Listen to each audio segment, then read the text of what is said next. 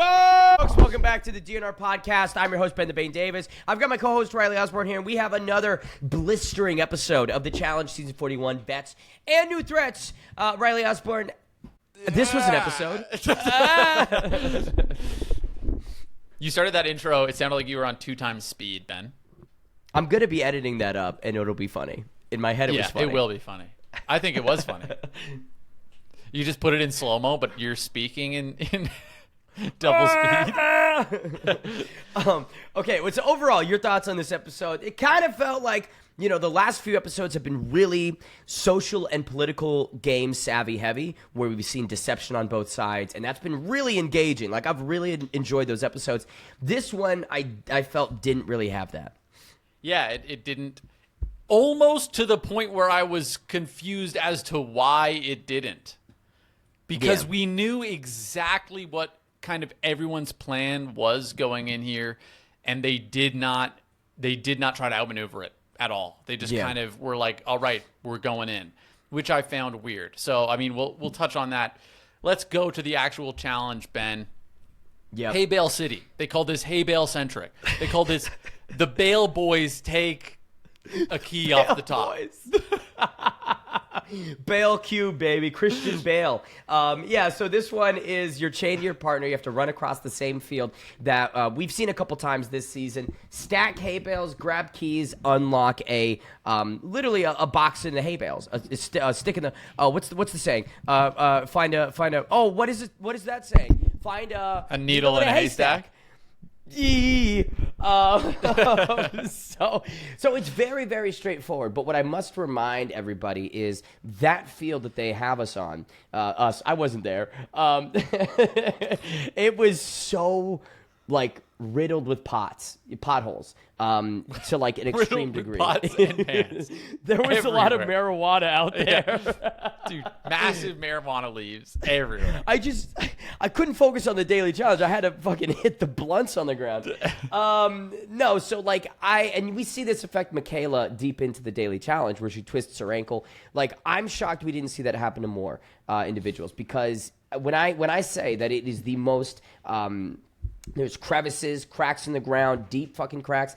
I'm not exaggerating it. But either way, before we get too deep into who's succeeding, who's failing, there was one line, Riley, that I want to highlight for you, which is Sydney saying, I'm not a CrossFit queen, and I hope I can carry it.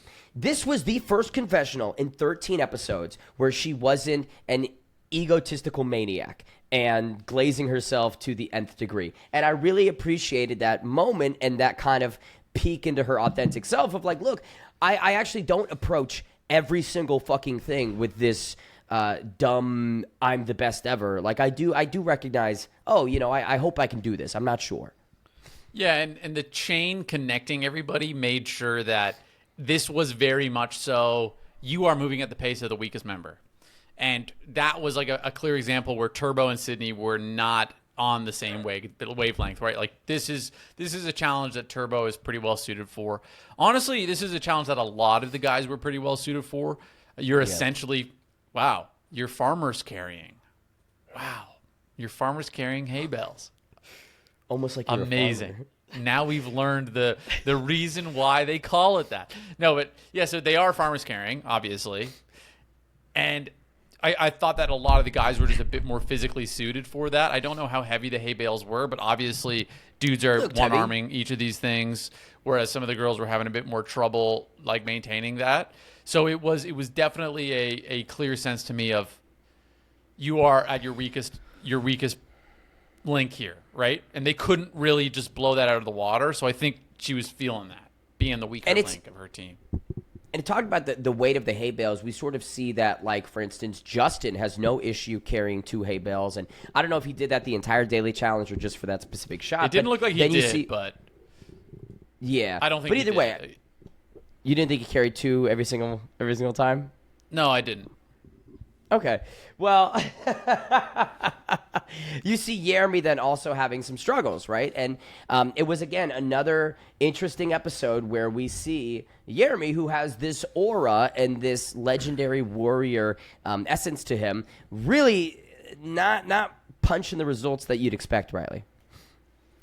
Yeah, Yeah, it was just a tough one to read, really. I don't really like this one, if I'm honest, because I agree with you. This was essentially just a CrossFit workout. There wasn't actually anything else to it. It was just farmer's carry till your hands are bloodied and then try to stack. And I was curious about if someone was going to be really bold with the stack, as in like try to stack this like really precarious thing so that they didn't have to do as many runs. But no one did that. Everyone was pretty high on the volume of getting those the stack together and getting the keys up there. But it was just weird. Like, it was just like kind of boring, and then they just open up this freaking hay bale and pop it. So it was a pretty nothing challenge. And again, the results weren't that shocking. I don't think that America was kind of showing herself to be a very strong candidate at this point in the show. Yeah. I don't know about you, but she was gray womaning. She was kind of playing the background, middle of the pack for all these results. And now it was like, okay, it's kind of your time here. And that's how it was feeling when I saw them come last. Like, that didn't blow me away. That didn't shock me, especially because her partner, I'm forgetting his name. Like, yeah, he's definitely in great shape, but he's older of the guys here. And for that, it was just a weak team for this challenge. It was. It's also important to, again, contextualize. As much as I love Leroy, 16 seasons, 0 wins. So when you think about historically challengers that just aren't multifaceted to make it deep into these games and to actually come out with a win, Leroy has always been almost the face of the guy who's always been around and always get casts, but just can never get it done. And I do think that we see that both in the daily and the elimination, which we'll get to. But I want to pick your brain on Jake and Anissa, because our boy got, again, only about 12 seconds of screen time. No, he got a little bit more this time. He got a little bit more this time. And when you talk about like the strategizing, Jake was trying to do something with Leo that we'll get to that totally doesn't work out. And that kind of reminds me of his piece in the Daily Challenge where he tells Anissa, hey, we're going to go to the farthest key first, get that one done, and then do the easiest one, which nobody else did. I was curious, his first moment in this episode, does he cook up a god-awful plan, or was that maybe smart of him to be like, let's do this one, and then we'll go for the shorter one last? Even his partner mentions she didn't think it really made a difference. I don't really think it made a difference either. The thought behind it definitely didn't work, where he was like, I'm going to get into their head.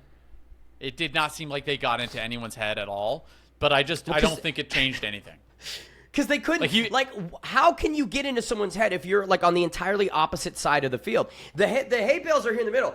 This is the shorter side that everybody's on, and then you've got Jake and Anissa over here. You can't get into their head because nobody sees you. And you can't compare yourself to anyone else. Like, you can't measure off other people now. Now you can't look and be like, oh, like, I'm ahead of these guys. You kind of have no idea where you are in the race. Yeah, now that I think about it, I wouldn't have done that. Whatever. I have no issue with him trying something different, and it worked out fine for them. So who cares? But yeah, that is a funny way to look at it, where it's like he was so adamant that this was like his genius play. Like, I'm going to get in their heads, dude. No one thinks about it at all. I did like him sitting down with Leroy. I thought that was cool. Was it Leroy? Yeah. Leo. Sorry. No. Sorry. Remind me who won the challenge. So Justin and Nani win the daily challenge, and Justin, dude, again, I would say, who is Justin, bro? This guy is a freak. He's a goat, bro. He's a goat. He's a beast. And for someone who doesn't really pass the eye test of what you would think is a really competent, well-rounded player that is so good in so many different spaces. Like, the kid flew up that rock wall, and he'd never rock climbed before on like episode 2 or 3, putting in the elimination wins, beating Gabe in the stake. I think that was his second daily win. Like, when we talk about MVPs of this season on the rookie side, I feel like Justin is making an incredibly strong case. And, for Nani, that was her first daily win of the season, I think, right? It was her first daily challenge win. So finally, Nani gets to come first. And, I mean, she came first probably a couple episodes with Will ago. But, now in the daily challenge, she gets to come first, Riley, which is always great.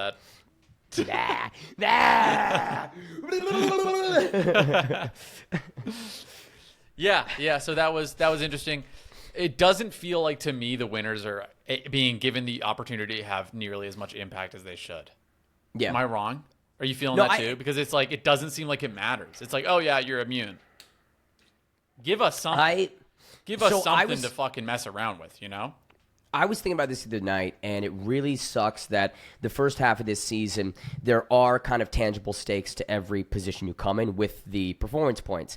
And the fact that all that led to was the midseason twist, where it's the lock-in, and that's what the points are used for, and there wasn't a continuation of the performance points in some application, some additional way that they play into the final or how the game continues to be ongoing. Like, I agree. It feels so meaningless now. It's basically just who comes in first and who comes in second. And to your point, now it's like they don't have the power to save a team or put someone up for nomination, which is just like, I don't know. So what are we even competing for?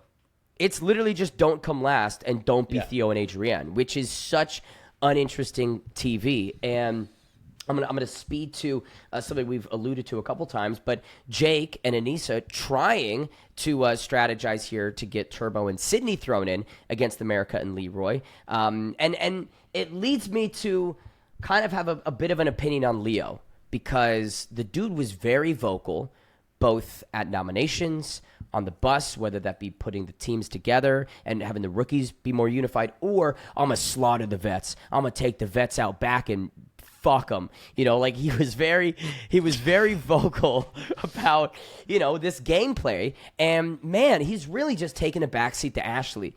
And Dude, it's so rolled fucking over, man. Belly up. Yeah. It is weird to see. I just don't get it, man. Like Adrienne calling him out on it directly, being like, you're throwing our friendship away, and not even standing up to Ashley, who, like, you know, like I just don't get why Leo couldn't have convinced Ashley this episode that Turbo and Sydney going in is better than Theo and Adrienne. I don't get why that couldn't have been a conversation that Leo at least tried to have. You know what? I mean, it's rhetorical because at this point in the game, Leo is just mainly bullshitting to Jake and bullshitting to that side of the fence. He's not on board with them whatsoever. They're not going to get anything good out of him. How does it help him to go against the team that's in power at the moment? I thought it was like a great play by Jake because he identified, you know, the one person that maybe he can sway. And this would have completely flipped the whole script of the show right now. That one vote would have flipped the whole script of the show, because now this superpower alliance that we're envisioning is gone. They're gone. They're outnumbered. And the whole table has been flipped. You can take out Turbo and Sydney at some point. You can take out these other teams. And instead, they're just like, well, like he just was going along with the norm, I guess. He didn't want to put himself out there. I think maybe he's worried about fracturing his own team, where he's like, if I'm just passive to Ashley, like we won't fracture this team. And I guarantee she would be a nightmare to play with if he were to be like, no, I'm not doing that. No, I'm not voting for that person. She would probably just sabotage her own self. Like, she does not seem like the type that is like well regulated and able to like honestly strategize and honestly find a good game plan. It's her way or the highway. Yeah, there's no compromising. I feel like it's her way, or I'll just detonate our own team, you know? But in that regard, for me, the big thing was with Theo and Adrienne, like, this was the time to stake your claim. Yes. Because that's it. It was so obvious. And, dude, you can throw a crazy shot at there, right? You could just stake on Sydney. Bang. Yeah. I'm breaking up I'm literally going to target the exact guy that's talking all this shit, the exact guy that's like obsessed with his teammate. He's so confident, he's so happy, and I can just completely go toe-to-toe with him right now and completely shake up the other team's ability to even think about messing with us. Because clearly, Adrienne being his teammate here is making these people comfortable. Okay, we'll just eliminate them. But if he stakes this claim, and I think he'd be very capable at beating Turbo pretty much in anything. Well, and then think you also insulate. You also insulate Adrienne in a sense, where Turbo now is partnered with her, Theo partnered with Sydney. So it totally gives you like changes the whole dynamic of the game.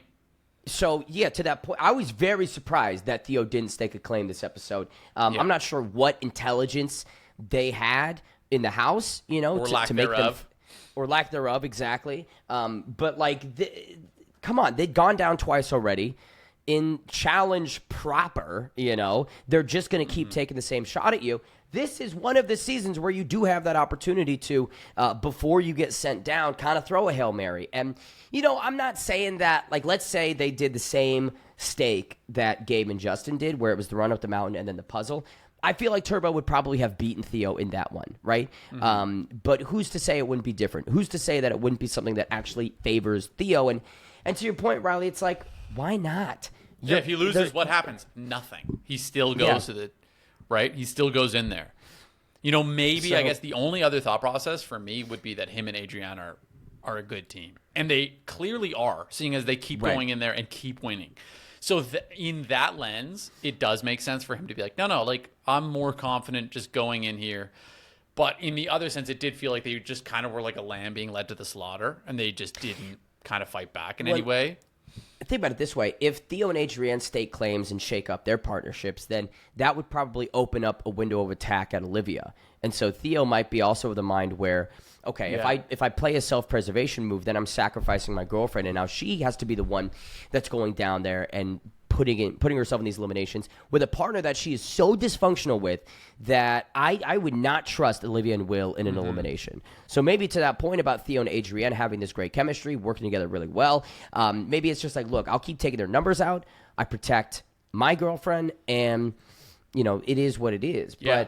But maybe he was so confident going into the challenge. And like we said, America's team were not one of the stronger teams here. No. I was decently confident in them, and we'll get to obviously the elimination in a second here. But so I'm imagining that must have been part of the thought process, because it doesn't really make sense otherwise. So if he's feeling confident with his team, maybe that's what it was. I will say, referencing back to the Daily Challenge, Theo and Adrienne, they had it. They had the win in the Daily Challenge. But for whatever reason, Theo decides to, we need one more hay bale. It's a long field to go back and forth on, first off. And second off, if Justin can jump up and flick the key, and Justin is like 1.5 foot shorter than you, Theo, you should have jumped up and gotten it. And for him to say, I thought Justin didn't get it, that's why you're going to sacrifice like 5 minutes of time. Theo, they're running to go uncover the box and open the box, right? You think they don't have the key? You think they wouldn't make sure that they had the key before they start that run and start that final process of the Daily Challenge? Like, what a boneheaded thing to conclude that leads to, like, I don't know, man. Like, Theo and Adrienne, Dude, maybe he was protecting Olivia. Because if Theo got first and he's off the chopping block, then boom, again, it's going to be. Listen, honestly, dude, this has to be it. I think that's the only thing that makes sense to me, is that he's willing to do whatever it takes to protect Olivia. Because again, when we look at it now, it's sorry to cut you off, but like it's so precarious. It's so precarious who is going in there. It's either Olivia or him. I don't see another team that alliance is voting for. No, maybe Jake and Anissa. But even then, it just doesn't feel like they are. I think the reason why Jake and Anissa keep skating by is because they're not a strong team relative to everybody else. And so if you have Jake and Anissa run the final, then you're pretty confident that you can beat them. Whereas the Theo and Adrienne, maybe not, right? So I guess in that vein, plus I don't know, dude. I think Theo and Adrienne are a really, really good team. I think they're showing that. Yeah, that's why they're being targeted. Oh, yes. Okay, yeah. Yeah, like why target Jake and Anissa and try and get, like, that Jake and Anissa are still on that same side, but they're just significantly less lethal and less of a risk. So I'd be like, all right, I know that you're working against me, but I don't really need to take shots at you when I could take shots at a stronger member of your alliance. And to that point of Theo understanding, hey, I need to back and protect Olivia, so I'll just take these on the chin. I will say, before we get to the elimination, which unshockingly, Theo, Adrienne go in against Leroy and America, there was a scene that kind of rubs me the wrong way a little bit. It's the Upstairs Alliance in the gym, and they're going on about how Olivia's the wrong woman for Theo. And Ashley, Michaela, Leroy, Aviv, Will are just shitting on them in their relationship.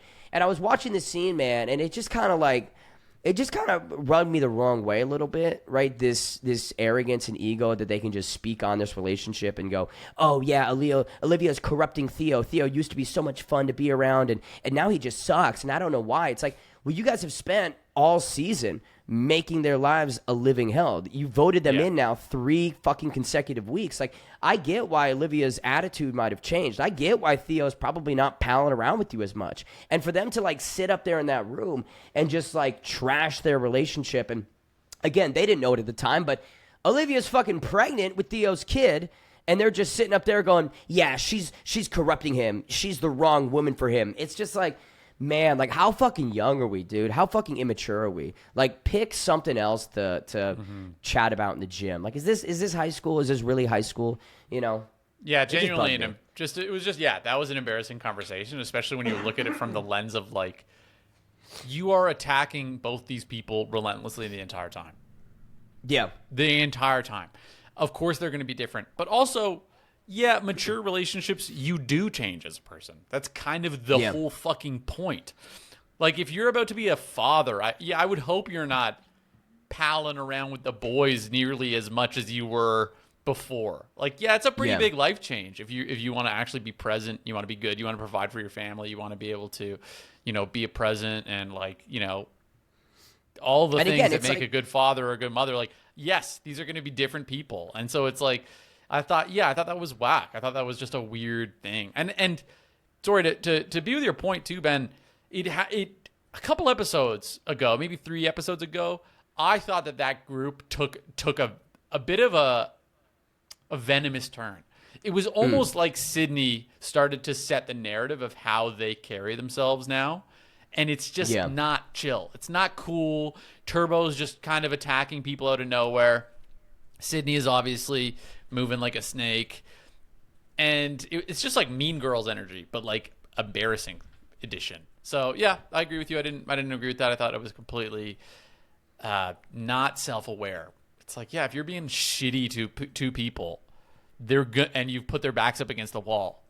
Guess what? They're gonna bite back at you. That's how that works, And again, like, maybe in seasons prior, you're in an alliance with Theo or you're working closely with Olivia, and that's why you can have those types of informal dynamics within the house. But this season, right, it's just so clear that you guys aren't in an alliance, and to be confused as to why that changes his behavior to you and then conclude, oh, it's his relationship. We've beaten it a little bit, but it just, everything about that scene really did not make me root for them in any meaningful way. But okay, let's get to the elimination. I'm actually curious. Sorry, I'm curious to hear. Let's get some comments in to hear from the viewers what they are thinking about this. Because in the last couple episodes, I really do see them as the villains now. I see that alliance as the villains. Like, I don't want them to win. And I see the underdogs as like the quote unquote not villains, the good guys. Even though I don't think that that's necessarily the case. It's just like Turbo and Sydney are clearly not sick. Like, I don't really understand their dynamic. And then, Ashley and Leo. Sorry, is it Ashley? Yes. Ashley, yep. Yeah, Ashley and Leo. Leo is being this. He's very like passive, submissive. He's like player Rick and in the Morty. game. He's like Rick and Morty's dad. Have you seen that where he turns into a slug? No. Okay, well, Rick and Morty's dad is just like this slug, right? And his wife makes all the decisions. That's how it looks. Like, Leo's just kind of like not really playing the game. And Ashley's just been brutal. Like, she's a tough watch all around. I think she's a really tough watch. Which, and I know a lot of viewers love Ashley Mitchell and Ashley Millionaire Mitchell. And, there's the argument that, yes, she has such a good personality for TV. But this season, I agree, Riley. It's like, man, she plays a very ruthless and hard to root for game. At least that's my take. Okay, so let's just get to the elimination. So the elimination for this episode is called Think Alike. It's basically a merry-go-round with 4 different puzzle stations. And I think by the way, love this.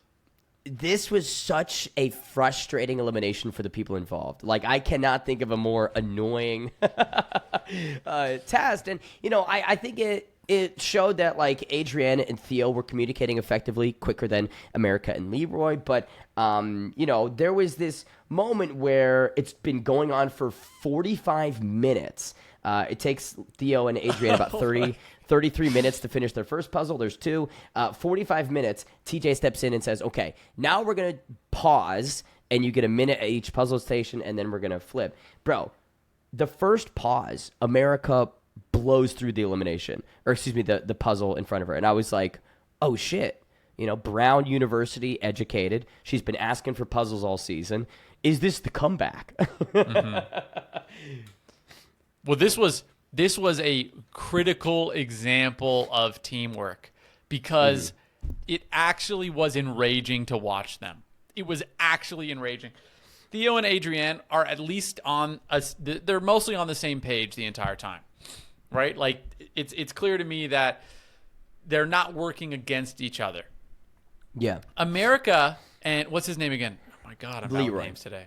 America and Leroy just could not get on the same page at all, specifically Leroy. If I'm going to pinpoint a reason this messed up, it was Leroy. Every single time America did something, Leroy was like, no. Yeah. So they're going around. Undo it. Exactly. I'm literally watching them go around. It's like there's something there, and either America or America's like, I don't think it's this way.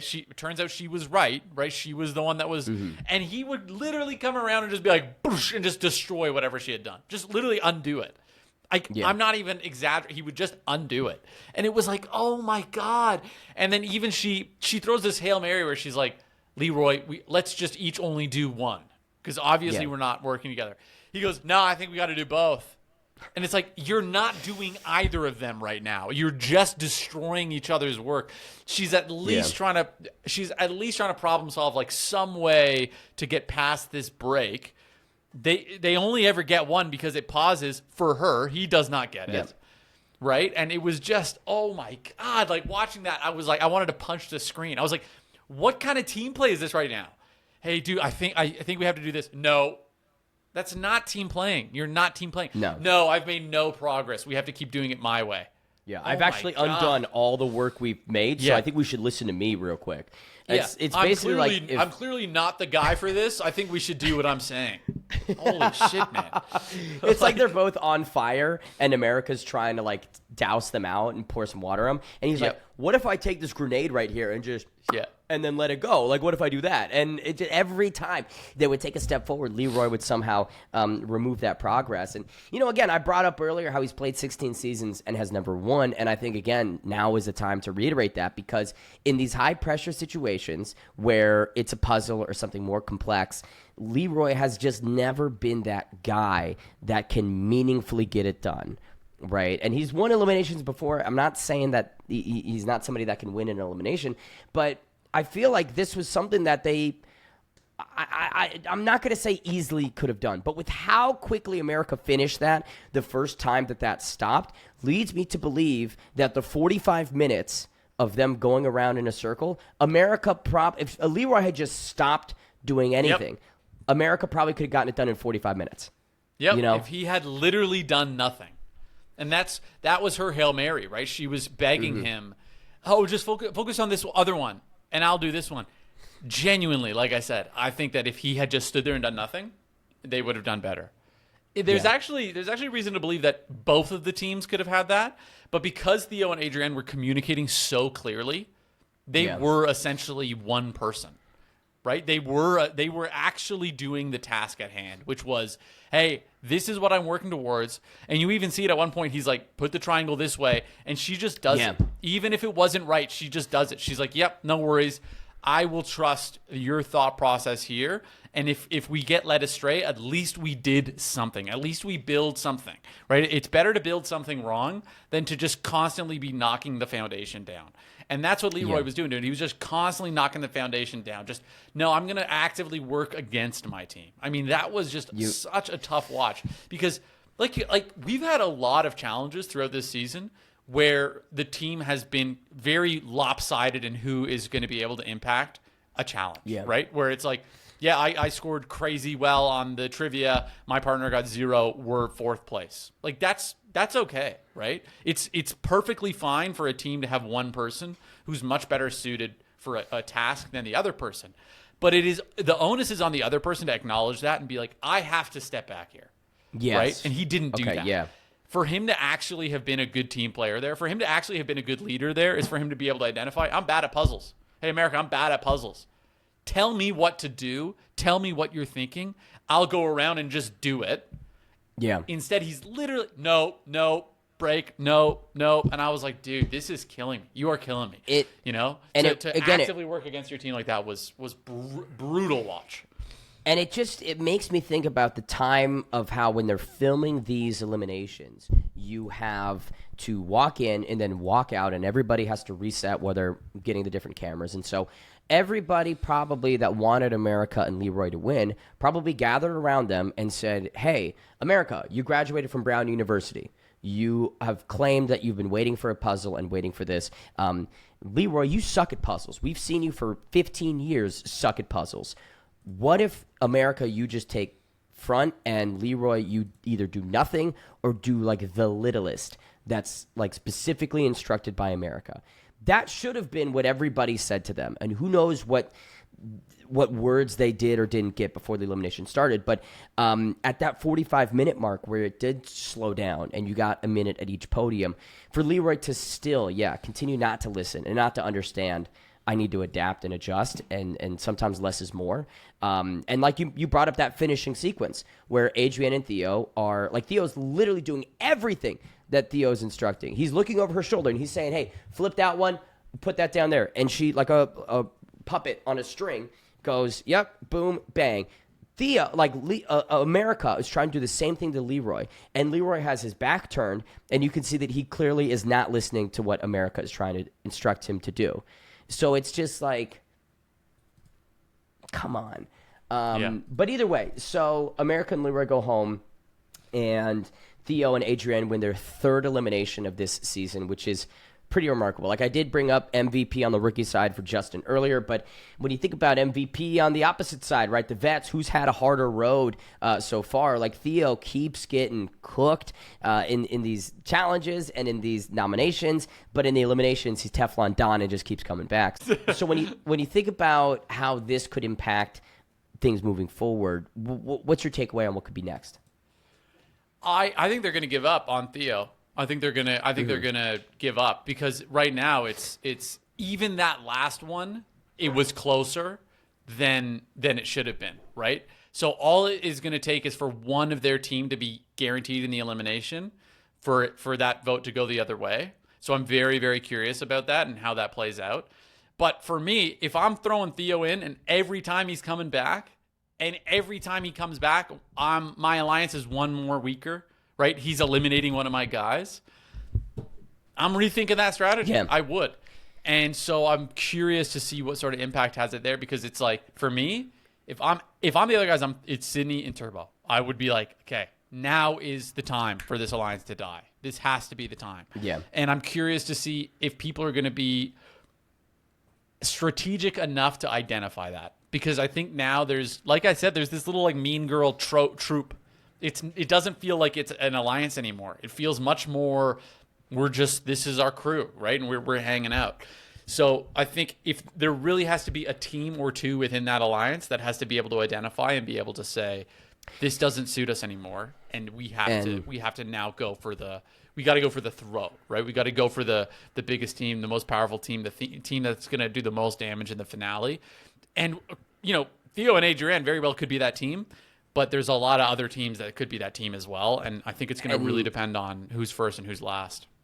To the point, it's basically like when you're playing a game of Risk and you're trying to capture, Paraguay, and you keep rolling the dice and you're sending the cavalry at Paraguay, and Paraguay keeps killing all of your troops. You probably go, you know what? I'm going to try and capture a different territory. Because Paraguay I cannot, get in there and penetrate, right? So, and I think we've seen seeds of that, man. Like, we had the line from Michaela in last week's post trailer, which I don't think was in this episode, but she literally said, Jeremy and Aviv got to go. So it's coming. Those fractures and this imbalances, it is coming. And I do believe that that's going to give Theo and Adrienne a little bit of breathing room, right? If they start to collapse inwards and, Sydney and Turbo go, hey, you guys were all kind of thinking about voting me, and now we're going to turn on you. And then they just go, Theo and Adrienne can skate by and get a week of reprieve. But I do want to take it to some tweets that I think I want to show you.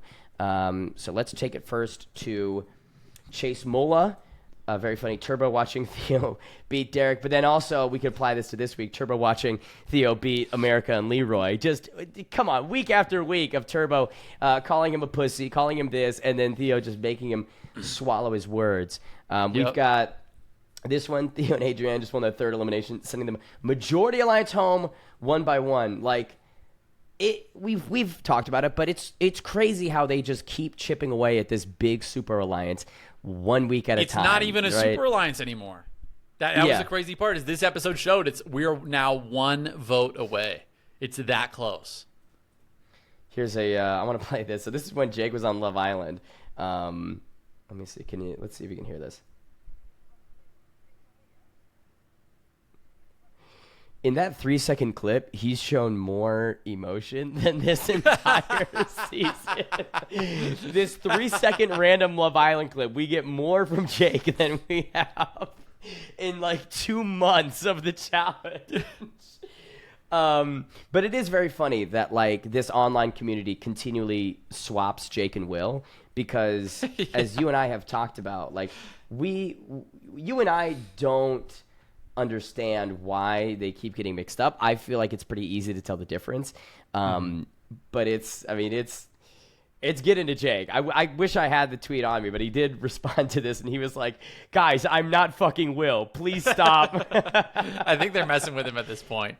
Yeah. Which is, hey, if that's the funny bit, at least there's a bit about you, right? At least there's something funny that people are running with. My fave duo of the season, and it's not close. Love to see Leroy. So uplifting and never having a bad thing to say about America. And like, listen, I know that this season was one where, and I've got a couple more that I want to share, but I want to take it back to us. This season was interesting because the pre-rollout, there was so much spoiler talk about America cheating on Corey and all of this. I mean, it was like a civil war between the Big Brother fandom, her fan base, and the challenge people that had leaked this and gotten this insider info. And then the episodes roll out. You see, she has some kissing on the bus, and it could have gone a little bit further, but it didn't. And there was some CT nonsense that got thrown in the mix that was kind of a wrench, a red herring that never existed, but that made things worse. And now she leaves, and it's frustrating because, like, I had nothing but a great time interacting with her, and she was so sweet. And again, like I've said, it was clear that she really appreciated and enjoyed being on the show. And I don't know if she really performed in the daily challenges all that well, truthfully, candidly. I don't really remember how good she was doing or how bad she was doing. And the elimination win against Naya, didn't really win that elimination. It was more she was DQ'd. But had a good showing in this one, right? I would say almost pulled off a crazy comeback when you have a huge anchor in your partners. So, I don't know. It's tough. I wish we were talking more about what she did during the season as opposed to the majority conversation being this online toxic whirlwind, Mm-hmm. Yeah, but she just didn't have that much impact. Like, if we're being honest and you're not looking at it based on personality and fandom and stuff like that, just didn't have much impact, skated by, wasn't in anyone's bad book or anything like that, but did not have impact, right? And so that is what it is. I've got this video here that I want to show as well, and then we've got some tweets from Sydney about a situation with Turbo that I think is worth us covering. And I will say, I haven't watched this. It could be a bad video. I've done that before to us, but we're going to try it again. It's just AI slop again. Everyone already knows what needs to change in the format for the challenge if we want to see this show survive. I think the current season of Vets vs. Threats has highlighted what the challenge has done wrong, and they need to make the change for season 42. We get it. We need to have new competitors come onto the show. A lot of the OGs either don't want to compete anymore, they don't have time to commit to it. or their bodies are getting old and they just can't do the things that they used to be able to do. But bringing in the OGs to compete directly against 22-year-olds from different TV shows that we don't know, that's not the way to do it. Because when you are in competition, you are going to trash talk your competitors. So when the 22-year-old that I don't know at all is trash talking someone that I've been watching for 20 years, I'm going to take that as disrespectful. And I would wager to say that most of the fans of the challenge have been around long before they started bringing in people from other shows. So they have to do a coaching or mentoring format for season 42.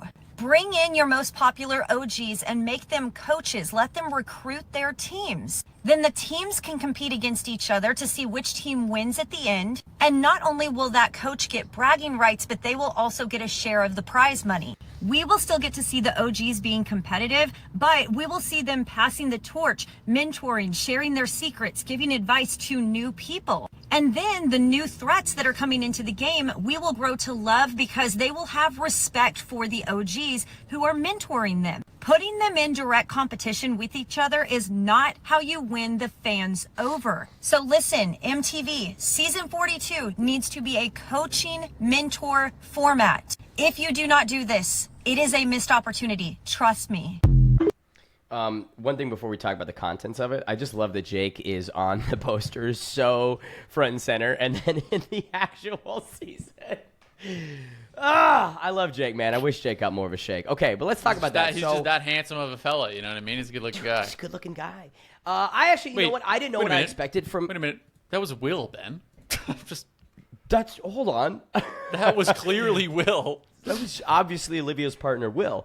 No, but I actually, so I didn't watch that video beforehand, but I think that that's actually a pretty interesting point and very fair because you see the reaction from the fan base.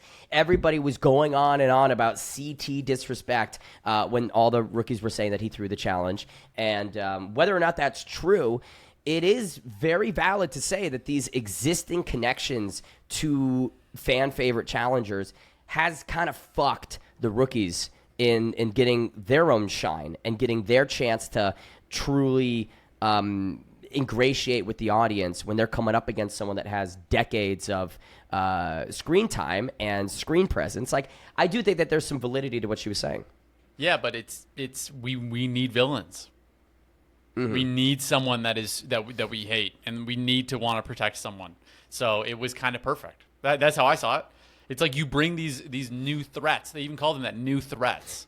You know? Yeah. Threat, villain, outsider coming in to shake things up. That was the whole point of it. So for me, where it's like, no, we have to make this nice and fun. It's like, dude, the show is not nice. The show is clearly cutthroat. Like, that's the point of it. Yeah. So, no, I completely disagree with her. I'm not going to lie. Oh, damn. I do. I just don't think I don't even think it makes sense. Like, oh, I'll take this guy under my wing. Oh, this is my buddy Chet. You know, like, no, it's like not how it works. These guys are competitors. They want to come in here and win. They're going up and they're competing every day. It's just not going to work. But no, this is my buddy Simple Tom. Like, he doesn't make any votes. I'm saying, like, the guy's like under his wing, like, this is my buddy. You know, it's like it just doesn't work like that. Okay, I think let me propose this a little bit of an augmentation from what she was suggesting. I think what they did for season 39 of the challenge was called Battle for a New Champion, and it was people who had been on a season or a couple seasons but hadn't won, and they all were then grouped together, and so that crowd was inevitably going to produce somebody that has never won the challenge and is winning for the first time. I think you could almost replicate that in like teams of 5 of challengers who've been on a couple seasons or were just on season 41 and lost a hall brawl. And then you have people that are like the heads of each squad. And the midway point of the season is then you integrate a coach versus coach dynamic where we do see the legends go up against one another. And to have high stakes, if the coach loses, their entire squad gets booted as well. So you spend the first half of the season, these guys are mentoring these people who have never won but have been on a couple seasons. And then the midway point is not only do these people who have never won a season have to keep busting their ass, but now the coach is directly involved in whether or not they stay or whether or not they go home. I think that's kind of an interesting way to build on some layers to this where you get, you know, just a little bit more juice on top. I like that a lot better. Yay! Yeah. Okay, so and you know what's funny is like let's look at some of the reactions from this TikTok because I think that's valuable just to see what the response is. So a pseudo Big Brother 14, and I don't even know what person on the season is 22. Most of the newbies are in their late 20s. Cedric was 22. I'm 25. I know someone was 23, so it was kind of younger. There's such a disconnect between younger and older fans. Yeah, this respecting OGs and bowing down. What the fuck is she watching? That's, I think, more in line with how you feel. If I was a vet, the only thing I would ask to make this a go is how much are you paying me? Great concept, but don't think it could work. Vets would want to get paid like they are in the show. Otherwise, you're now leveraging their NIL star power. I think that has some validity too. You know, some of these true OGs are on appearance fees and flat rates that are a lot, and to They're have them be definitely a way part of more. it. Bananas is Oh my making God. more than you were making. Like It's six figures, bro. I made, I think everybody knows what the rookies make per week. I don't want to directly expressly say because I'm not sure if that was in my contract or not, that I can't say. But he's making in the six range. So I would hope so. Be attached, I mean, the guy's he's almost. Oh yeah, he's not a household he name, deserves but, every dime, bro. He is. No. Like, bro, when we were at that movie premiere, the person who everybody was coming up to at these official after parties of this LA movie premiere was Johnny Bananas. He'd walk by people and they would lose their minds. And so it's like the guy gets motion and he's earned every dollar. I would never say otherwise. But for them to be a part of a season, and if Johnny's coaching a crew, and for the first half of the season he's not doing anything but mentoring and coaching, I would definitely see how his anticipated rate could clash with what the budget and the finance side of the challenge, HQ could be. They're like, Johnny, you're not competing, so we're going to cut it in half because you're a mentor. He'd be like, fuck you guys.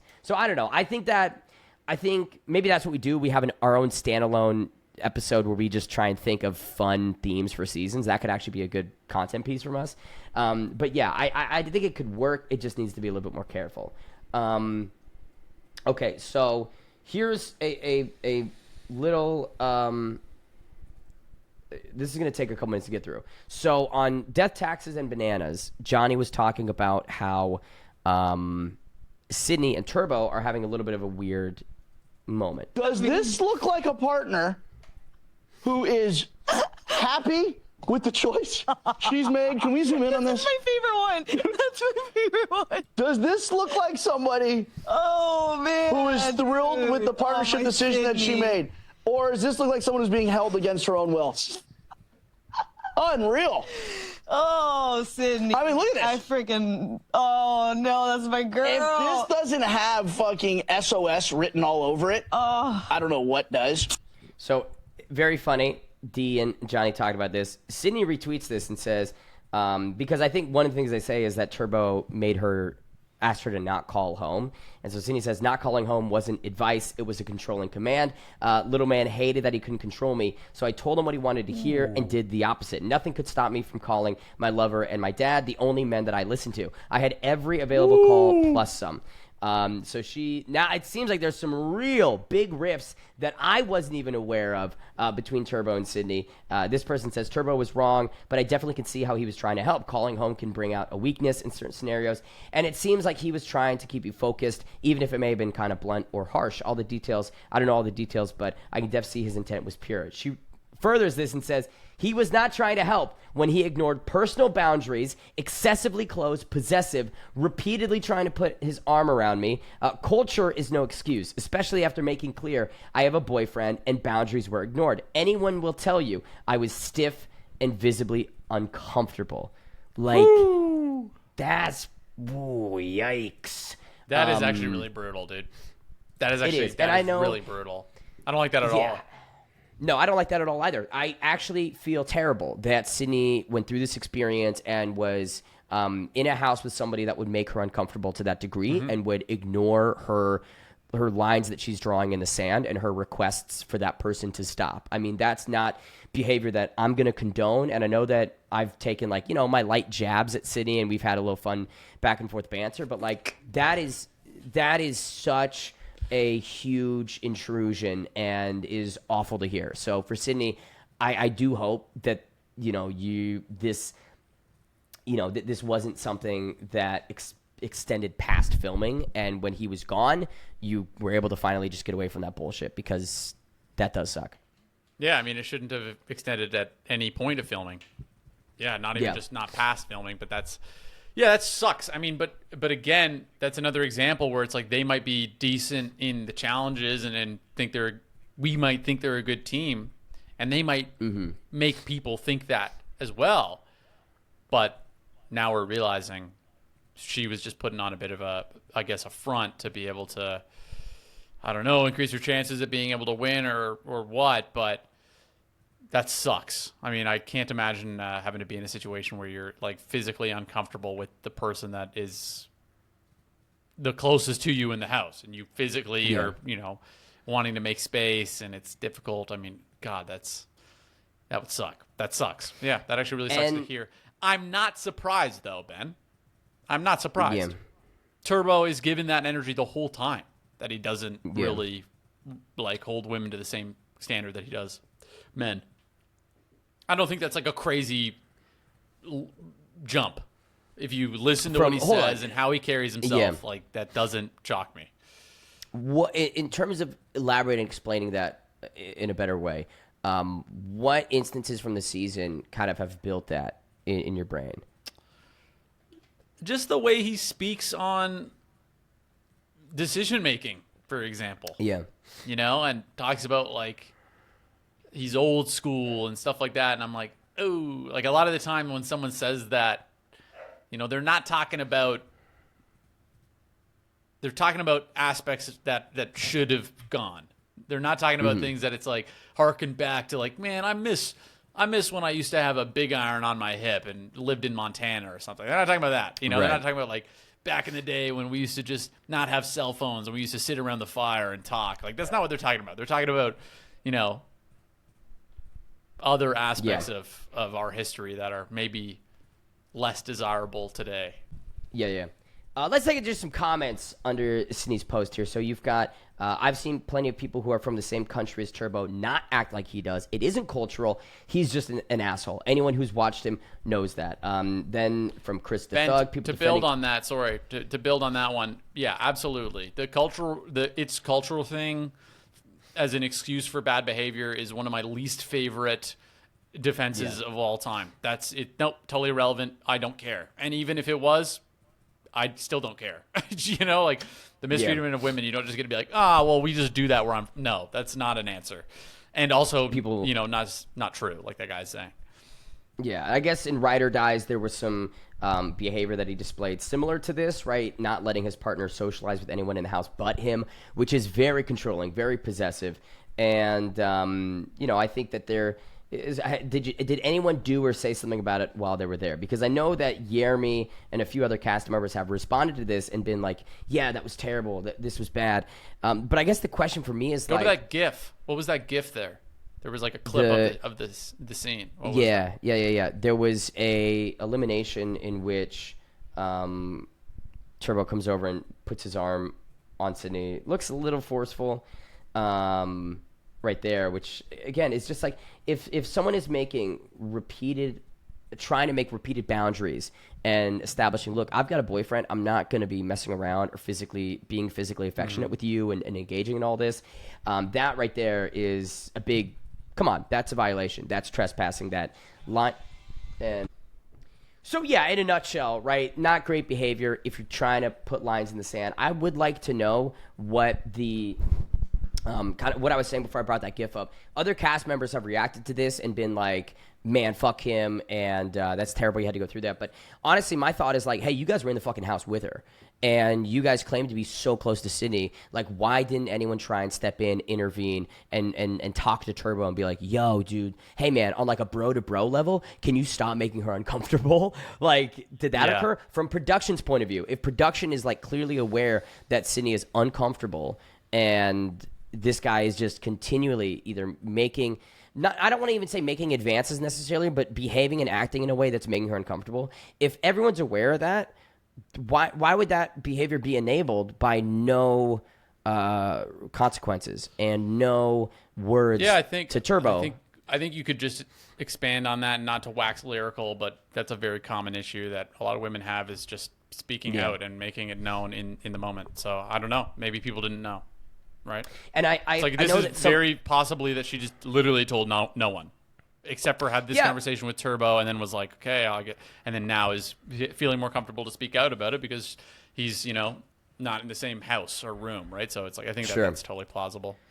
If she felt trapped in that moment, in that context, then hey, I'll bear this frustration and this discomfort and get through it. Fair. I've seen some people, the response to that is like, you wanted him so badly as a partner, like you picked him. I don't think it's fair to throw that at Sydney's face, because like absolute dog water, complete garbage. That's bullshit. Reply to her expressing this, like, who knows when he cranked that dial of being uncomfy. It was likely after the lock-in, after this had all occurred.